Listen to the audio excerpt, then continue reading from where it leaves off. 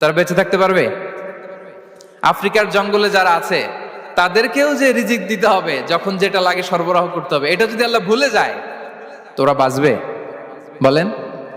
তাহলে যিনি আর রাজ্জাক, তিনি হচ্ছেন নেভার ফরগেটফুল। কখনো তার সৃষ্টির কখন কি লাগে এটা কখনো তিনি ভুলতে পারবেন না। আল্লাহ তাআলা ভুলেন না, তিনি ভুলেন না, তিনি সব খেয়াল রাখেন। যখন যার যেটা যতটুকু দরকার তখন তাকে ততটুকু যিনি দেন তার নাম হচ্ছে রাজ্জাক।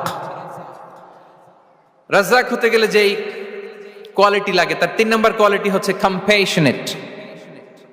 কম্প্যাশনেট, দয়ালু, অনেক বেশি দয়ালু।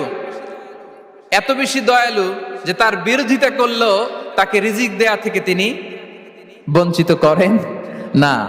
His disobedience affects the risk but not stop the risk. আপনি যদি আল্লাহর অবাধ্য হন, আপনার রিজিকের বারাকা হয়তো কমে যাবে, কিন্তু রিজিক বন্ধ হবে না। যে গোটা বিশ্বে যারা অবিশ্বাসী আছে, যারা নাস্তিক আছে, যারা আল্লাহদ্রোহী আছে, তারা কি খেয়ে পরে বেঁচে নাই? বলেন, তাদেরকে কি আল্লাহ তাআলা রিজিক দিচ্ছে না?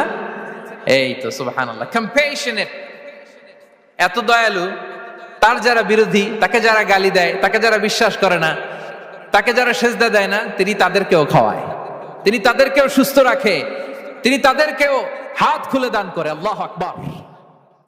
ব্রেক করে দুপুরে বেরোলেন। বিষ্ণু ইসা ইসলাম কখনো মাস্ক পরতেন না, মানে মুখ ঢেকে চলতেন না, সবসময় মুখ খোলা। ওই দিন তিনি মাস্ক পরে বেরোলেন।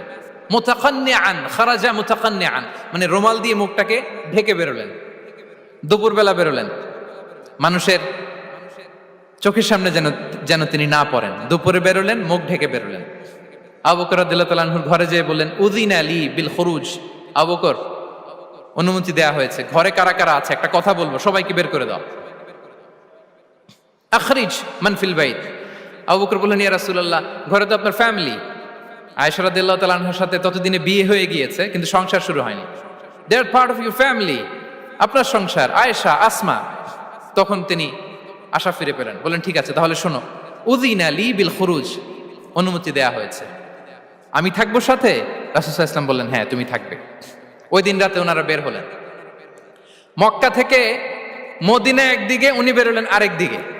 ধরেন মক্কা থেকে মদিনার রাউট হচ্ছে এইদিকে, আমরা তো এইদিকেই বেরোবো নাকি? কথা কি বুঝতেছেন? বিষ্ণু বেরোলেন কোন দিকে? এইদিকে। সুবহানাল্লাহ বললেন না? এজন্য আবেগ একটু কন্ট্রোল করতে হবে। আবেগ আর বিবেকের সমন্বয় লাগবে, প্রপার স্ট্র্যাটেজি লাগবে, ওয়েল প্ল্যানিং লাগবে। তাহলেই সেই নেতৃত্ব আবার মুসলিমদের হাতে আল্লাহ ফিরিয়ে দিবে।